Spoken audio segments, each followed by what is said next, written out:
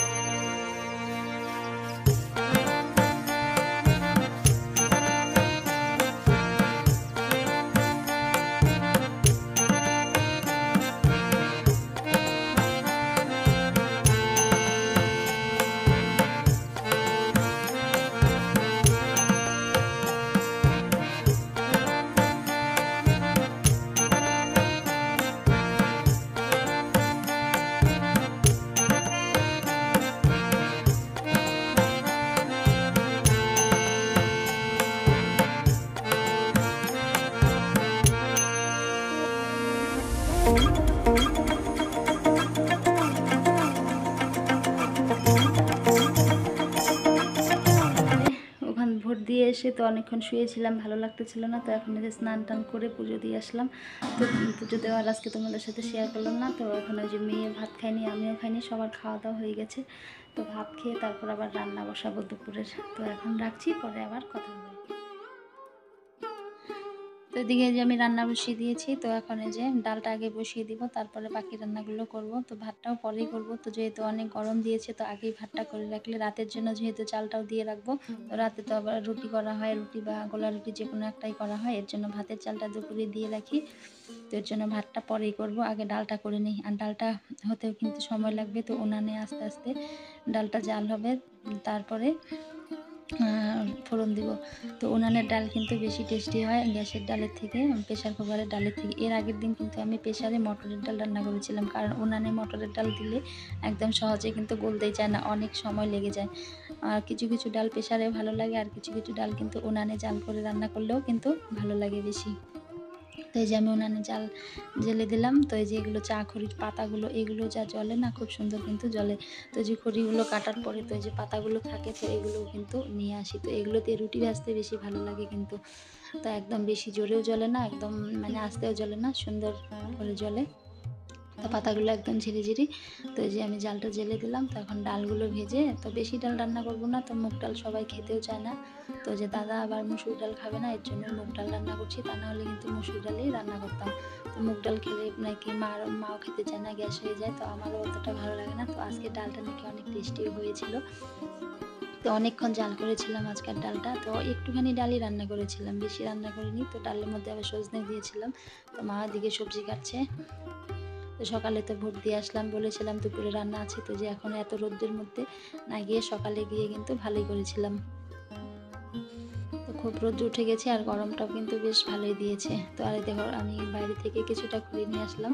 তো এগুলো যে ডালের মধ্যে মানে ঘরে ছিল, তো এগুলো ভাবলাম বাইরে অনেক দিন থেকে আছে, শুকিয়ে আছে, তো বসে বসে ডালের মধ্যে জাল দিয়ে দিই। তো এগুলো বাঁশের কঞ্চিগুলো কাটা ছিল বাইরে, তো ওগুলোই নিয়ে আসলাম। তো এই যে ডাল তো আমি বসিয়ে দিয়েছি। আর এদিকে বাকি সবজিগুলো কি কি রান্না করব, তো সেরকম কিছু আজকে রান্না করব না, হয়তো নিরামিষই রান্না করব। তো যে মা সবজি কেটে দিচ্ছে। তো তো বাড়িতেই অনেক সবজি আছে, তো আবার ওই যে এদিকে শাক আছে, তো 2 রকমের শাক, ওদিকে পাট শাক তুলে রেখেছি, আবার এই যে ডাঁটা শাকও আছে। তো যে রান্না বসিয়ে দিয়েছি, তো রান্না করছি সজনে দিয়ে মুগ ডাল রান্না করছি।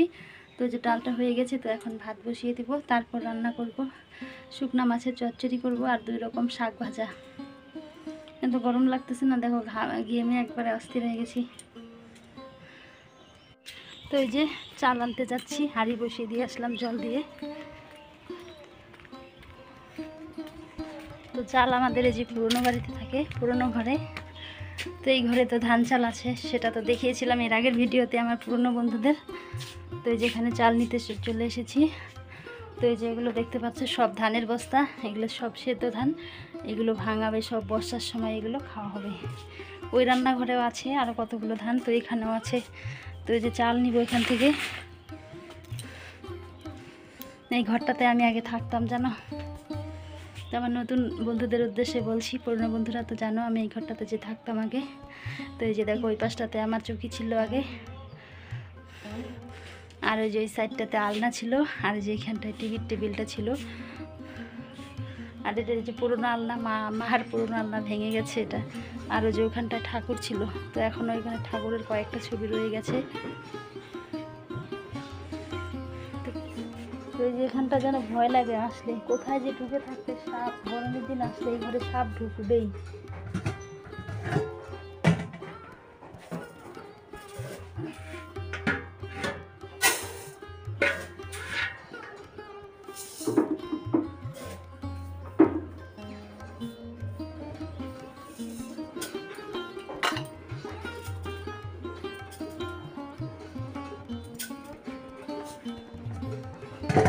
নিয়ে নিলাম চাল, তো ওখানে একটু ধুবো কলে, ধুয়ে তারপর হাঁড়িতে দেবো।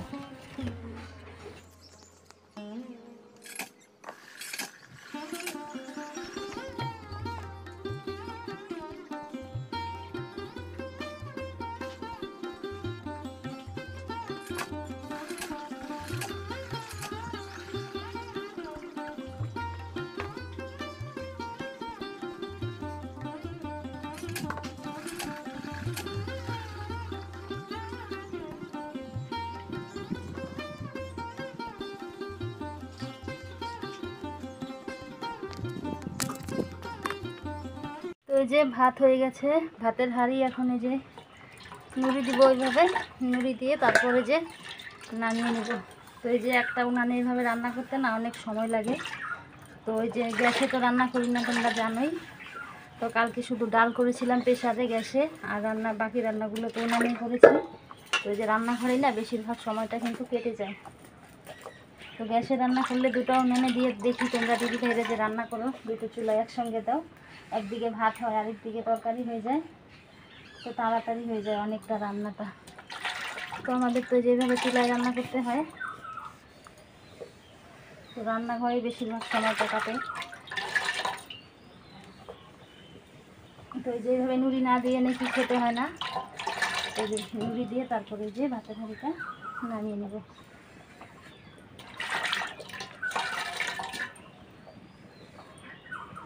আবার সকালে মেজে কিন্তু এই হাঁড়িতে আবার রান্না করব, মেজে নিয়ে তারপর কালি ফেলে দিয়ে। তো বর্ষার দিনে যখন বৃষ্টি নেমে থাকে, ঘর থেকে বের হওয়া যায় না, তো আমাদের তো বাইরে গিয়ে থালা বাসন মাজতে হয়, সব কিছু করতে হয়।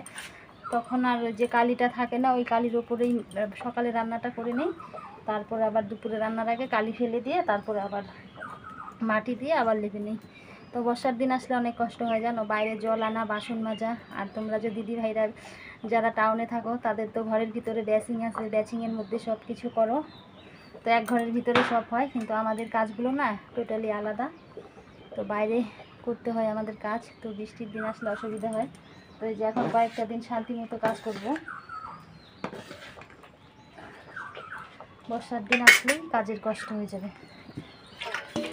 যে রান্না তো এখনও হয়নি, তো উনানে যে চচ্চড়িটা বসিয়ে দিয়ে আসলাম। তো এত গরমে আর থাকতে পারছিলাম না, বের হয়ে আসলাম। তো ঘেমে একদম দেখো মুখ চোখের যে অবস্থা হয়েছে। তো এখানে এসে দাঁড়ালে না খুব আরাম লাগে, হাওয়া লাগে।